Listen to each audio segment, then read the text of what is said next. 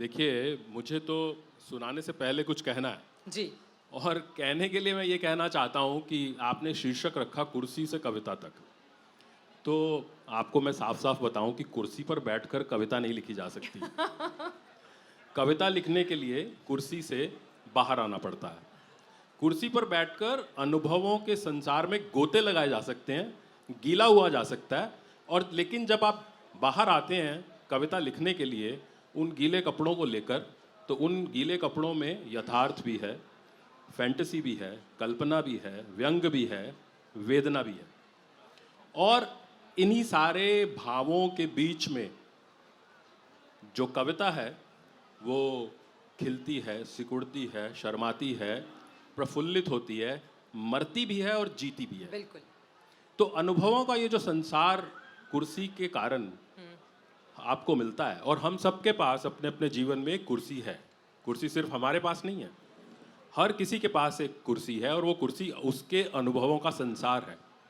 तो उस संसार में इतनी संभावनाएं हैं कि उसके गर्भ से भी कविता निकलती है, उस अनंत संसार का एक आकाश भी है, वहाँ से अवतरित भी होती है और उसी अनंत अनुभवों के संसार में मानव मन की पीड़ा को, वेदना को, विचलन को जानने की भी हम सब में एक शक्ति है और उस शक्ति से कविता निकलती है।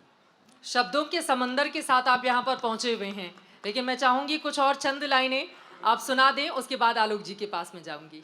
तो मैं आपको फिर एक अपनी छोटी सी कविता सुना देता हूँ। एक बार मैं सिंगापुर गया ट्रेनिंग करने के लिए, तो वहाँ उन्होंने मेरे साथ एक लाइजन ऑफिसर को लगा दिया। तो वो बोला कि सर शाम को बताइए कहाँ चलना है। तो उसने सोचा बोलेंगे कहीं मार्केट में ले जाओ, किसी रेस्टोरेंट में ले जाओ, किसी मॉल में ले जाओ। तो मैंने कहा मैं यहाँ से गुजर रहा तो मैंने जीवन में पहली बार एक नया मंदिर देखा है, कोई नया धर्म है, मेरे लिए नया है। उस पर लिखा था ताओ मंदिर। ताओ एक धर्म भी है, एक फिलॉसफी भी है। तो मैंने कहा मैं वहाँ जाना चाहता हूँ, मुझे वहाँ ले जाओ।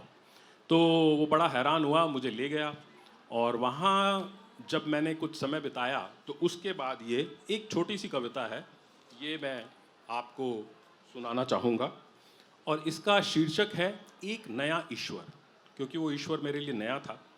तो एक नया ईश्वर। आज मैं एक नए ईश्वर से मिला, आज मैं एक नए ईश्वर से मिला। मेरा दोस्त मुझे अपने मंदिर ले आया था, मेरा दोस्त मुझे अपने मंदिर ले आया था। मैंने नए ईश्वर से बात की, मैंने नए ईश्वर से बात की। उसकी बातें, चाल ढाल सब वैसा ही था, उसकी बातें, चाल ढाल सब वैसा ही था। मैंने थोड़ा विस्मित होकर कहा, मैंने थोड़ा विस्मित होकर कहा, हे ईश्वर तुम तो बिल्कुल नहीं बदले, हे ईश्वर तुम तो बिल्कुल नहीं बदले। ईश्वर हंसा, फिर चुप हो गया। ईश्वर हंसा, फिर चुप हो गया। मैंने थोड़ा आशंकित होकर पूछा, मैंने थोड़ा आशंकित होकर पूछा, हे ईश्वर तुम किसके हो, मेरे या मेरे दोस्त के? हे ईश्वर तुम किसके हो, मेरे या मेरे दोस्त के? ईश्वर फिर हंसा, पर कोई उत्तर ना आया। ईश्वर फिर हंसा, पर कोई उत्तर ना आया। मैंने साहस कर अंतिम प्रश्न किया, मैंने साहस कर अंतिम प्रश्न किया, हे ईश्वर क्या तुम किसी के भी नहीं? हे ईश्वर क्या तुम किसी के भी नहीं?